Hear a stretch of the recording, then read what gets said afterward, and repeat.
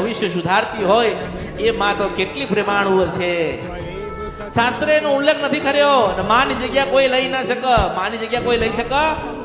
માની જગ્યા કોઈ લઈ ના શકે. માં પરમ આદિ અને અનાદિ કાળ સુધી મહાપરમ શક્તિ છે અને શક્તિ જ રહેવાની. ગમે તેટલા તમે પુનારત કરો, ગમે તેટલા તમે ભજન કીર્તન કરો, હોમ કે હવન કરો, મારી એક સલાહ છે કે જ્યાં સુધી તમારી કુળદેવી રાજી નહીં થાય ત્યાં સુધી સ્વયં શંકર ભગવાન સારું કરવા નહીં આવે.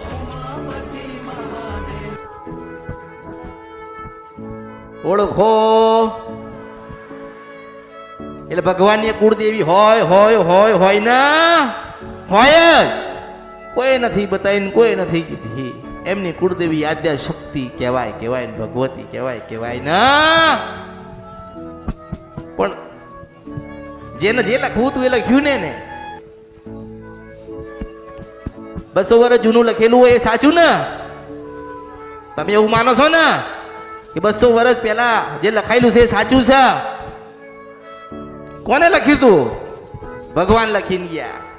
શું છેલ્લે લખ્યું છે કે મેં નારાયણે લખ્યું તું? આ માણસો લખીને ગયા. ભગવાન માતાજીએ કોઈ લોકો લખ્યું?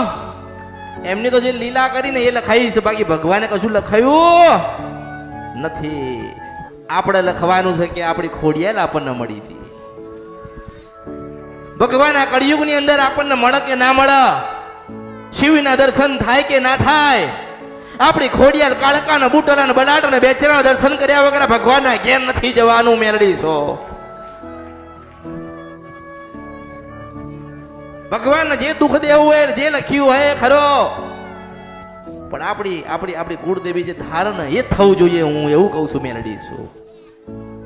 ભગવાને જે લખ્યું હોય, ભગવાને જેટલું સુખ કે દુઃખ લખેલું હોય, કદાચ કળિયુગની અંદર તમને મેલડી મળી, ખોડિયાલ મળી, કાળકા મળી ના, અને એની ભક્તિ કરો તો કળિયુગની અંદર જેટલા કર્મ બંધન છે બધામાંથી તમને મુક્ત